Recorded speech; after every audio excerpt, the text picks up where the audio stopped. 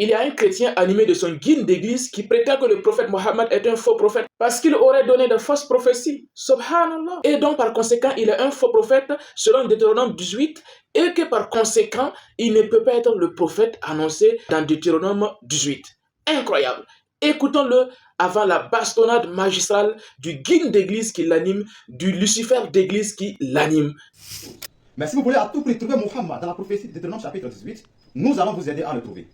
Alors dans cette prophétie de Deutéronome chapitre 18, Dieu met aussi en garde son peuple contre des imposteurs qui viendront. Et comment nous allons les reconnaître? L'Éternel dit, ces imposteurs parleront certainement d'autres divinités, ou encore donneront des prophéties qui n'auront pas lieu.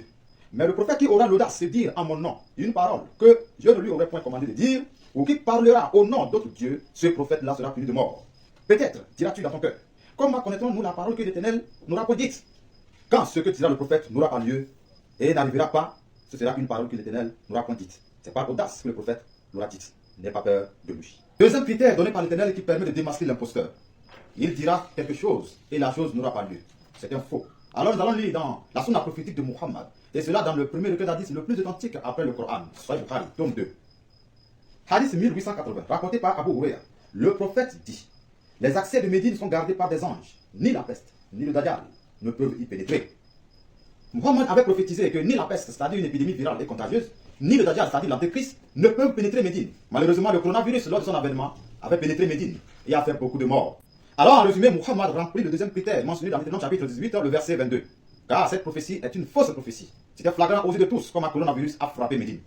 Vous cherchez à tout prix à trouver Muhammad dans la prophétie de Deutéronome chapitre 18, nous allons vous aider à le trouver. Alors, avant de donner un cours gratuit à ton Saint-Esprit sur ce hadith, et te montrer à ton Saint-Esprit qui t'anime, le Saint-Esprit luciférique qui t'anime, que ce hadith même est la preuve claire qui prouve la véracité du prophète, contrairement à ton mensonge, nous allons d'abord lui prouver par sa propre Bible et par un pasteur que le Jésus que les chrétiens adorent aujourd'hui, actuellement, son Jésus lui-même, il est disqualifié de cette prophétie de Deutéronome 18 selon les propres critères avancés par notre cher ami islamo-ignorant et biblico-ignorant. Alors, comme vous l'avez entendu, il a dit que le prophète, il est faux parce qu'il a annoncé des fausses prophéties. Alors, chers chrétiens, chers évangélistes, chers pasteurs, écoutez très bien ce que je vais vous dire aujourd'hui. Si moi je vous montre dans la Bible que votre Jésus, que l'Esprit qui s'est fait passer pour Jésus, et que vous adorez sous le nom de Jésus, pensant que vous adorez le vrai Jésus envoyé par Dieu, si je vous montre dans votre propre Bible que ce Jésus que vous adorez a annoncé des fausses prophéties, est-ce que vous serez prêt, à admettre que le Jésus que vous adorez est un faux prophète? Point d'interrogation. 2. Est-ce que vous serez prêt à admettre que le Jésus que vous adorez est effectivement un faux esprit, un esprit luciférique qui s'est fait passer pour Jésus? Point d'interrogation.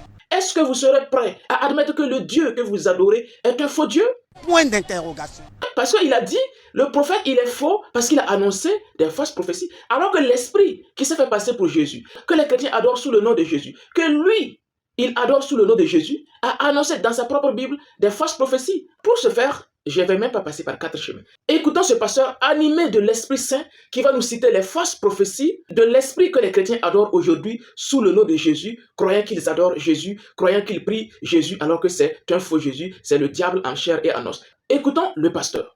Je vais descendre sur Yoshua, sur Machia, comme vous l'appelez votre Jésus. Je vais le déprimer avec les prophéties fausses qu'il avait dit. Lui aussi sera classé dans les faux prophètes, dans l'angle de Deutéronome 18. Je vais lire. Matthieu chapitre 10, le verset 22. Vous serez haïs de toutes à cause de mon nom, mais celui qui persévérera jusqu'à la fin sera sauvé. Ça, c'est Yoshua Machia qui dit. Quand on vous persécutera dans une ville, fouillez dans une autre. Je vous le dis en vérité, vous n'aurez pas achevé de parcourir les villes d'Israël, que le Fils de l'homme sera venu. On les a lapidés, on les a tués. Le Fils de l'homme n'était pas venu. Faux prophétie. Si je mets ça à côté, ça ne s'est pas accompli. Donc ça, c'est déjà une prophétie. Les disciples espéraient sur ça, ils n'ont même pas vu cela être réalisé. Qu'est-ce qu'il a dit? Vous n'aurez pas achevé de parcourir les villes d'Israël, que le Fils de l'homme sera venu. Mais il n'est pas venu, on les a tués, on les a égorgés. Cette prophétie-là est faux. Ça c'est Jésus. Deuxième critère donné par l'Éternel qui permet de démasquer l'imposteur. Il dira quelque chose et la chose n'aura pas lieu. C'est un faux.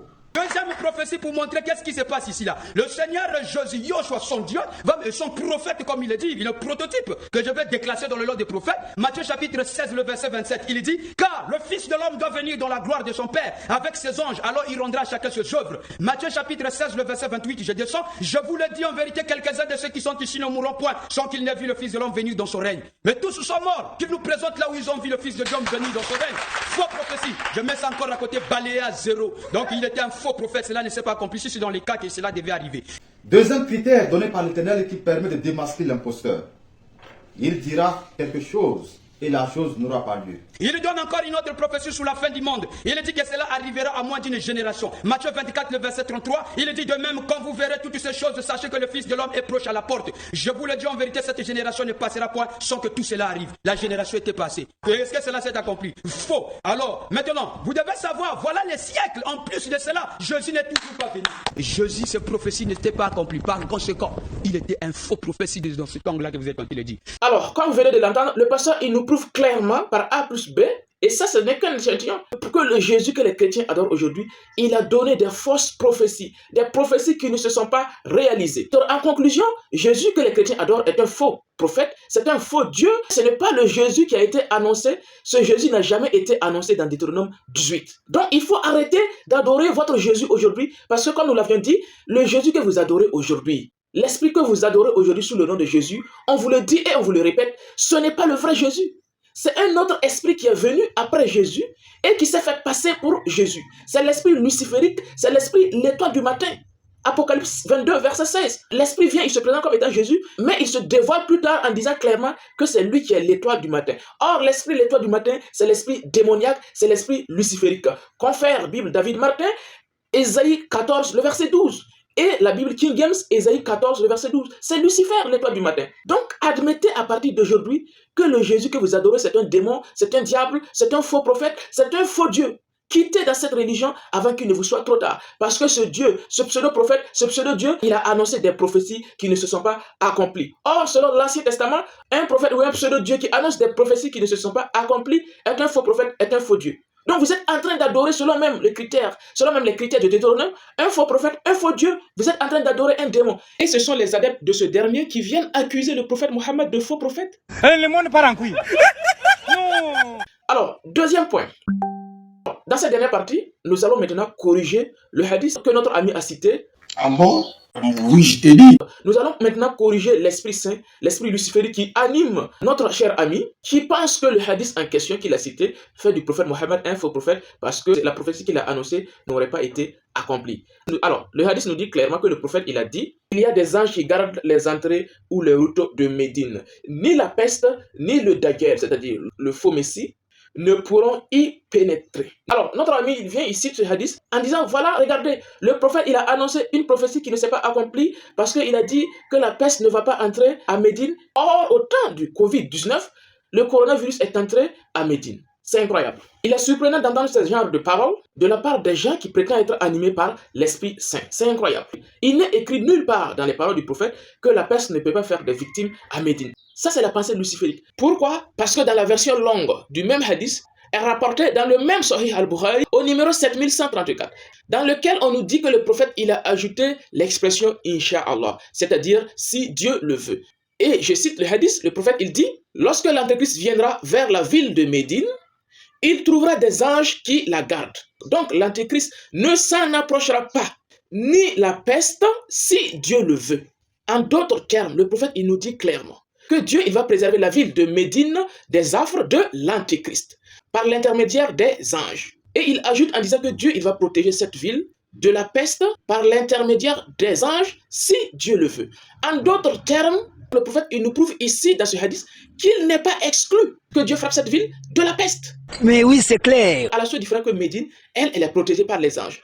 Donc cette ville sera protégée de la peste, même si cette peste frappe les contrées aux alentours, Dieu va préserver cette ville de la peste s'il veut. Et c'est ce qui est effectivement arrivé à travers l'histoire de Médine jusqu'à aujourd'hui. Comme nous le rapporte Fath al-Bari au volume 10, à la page 201, il nous dit que pendant la peste générale, qui s'est passée en l'an 749, la ville de la Mecque a été touchée, contrairement à Médine qui n'a jamais été touchée. De même, lorsque nous prenons par exemple le Mura'at al-Mafatih, au volume 9 à la page 538, on nous montre clairement que depuis que le prophète il a évincé cette prophétie, la ville de Médine, on n'a jamais enregistré la peste sur cette ville. C'est incroyable. De même, lorsque nous ouvrons Al-Bahr al-Muhit, fi Sharh Sahih Muslim, au volume 24, à la page 616, on nous montre clairement que depuis que la parole du prophète a été prononcée, on n'a effectivement jamais enregistré cette maladie de la peste à Médine. C'est incroyable. De même, l'orientaliste suisse Johann Burckhardt, qui est mort en 1817, a mentionné lors de son séjour à la Mecque d'une épidémie de peste qui a frappé la Mecque. Et lui-même, il a quitté la Mecque pour Médine.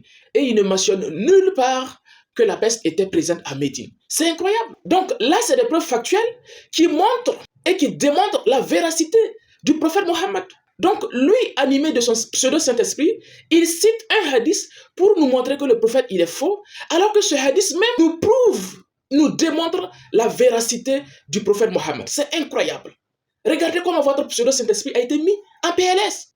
Je vous ai dit, amenez vos pseudo-Saint-Esprit, on va les former ici au mouvement scientifique. La formation est gratuite. La formation est exclusivement gratuite pour les Saint-Esprits d'église. Regardez comment vous infligez la honte à vos pseudo-Saint-Esprits qui vous animent. C'est incroyable. Et troisièmement, regardez dans le hadith. Le prophète, il a dit dans le hadith que Dieu, il va préserver Médine de la peste. La question qu'on te pose et qu'on pose à ton Saint-Esprit, est-ce que le coronavirus, c'est la peste? Point d'interrogation. La peste est une maladie antique qui a connu des Arabes et qui a connu des Européens, qui a ravagé l'Europe dans les années 1300 à 1400. C'est une maladie qui est connue, qui se manifeste différemment du coronavirus. Est-ce que le coronavirus se manifeste comme la peste? Non!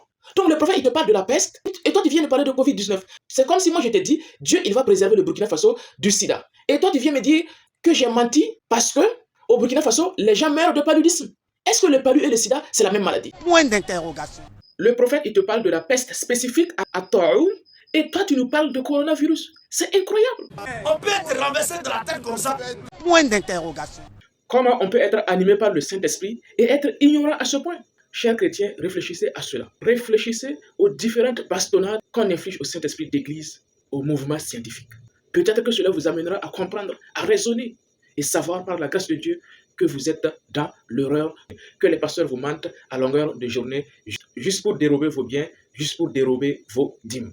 En conclusion, vous avez tous vu que notre cher ami, il avait voulu prouver que l'islam est faux, que le prophète Mohammed est faux, mais nous venons de le prouver non seulement par sa propre Bible, au travers du pasteur, que c'est le Jésus que les chrétiens adorent, qui est tout simplement un faux Jésus, qui est tout simplement un faux prophète, qui n'est pas le véritable Jésus envoyé par Dieu aux enfants d'Israël. Et nous avons même allé loin et prouvé que l'esprit que les chrétiens adorent sous le nom de Jésus, c'est tout simplement le diable, c'est tout simplement Lucifer. Et nous sommes encore allés loin pour prouver avec les mêmes critères que lui-même il a cités que le Jésus-Christ qu'il adore ne répond pas aux critères du prophète de Deutéronome chapitre 18. Mais c'est plutôt le prophète Mohammed qui répond à cette prophétie parce que la prophétie que lui-même il a utilisée pour prouver que le prophète il est faux, cette prophétie elle-même nous prouve et nous démontre la véracité du prophète Mohammed. Donc, chers chrétiens, revenez à la raison, revenez au vrai Jésus qui est uniquement dans l'islam avant qu'il ne vous soit trop tard. Jésus, ses prophéties n'étaient pas accomplies. Par conséquent, il était un faux prophète. Lui aussi sera classé dans les faux prophètes, dans l'angle de Deutéronome 18. Oh Seigneur, quelle humiliation. À bon entendeur, salut.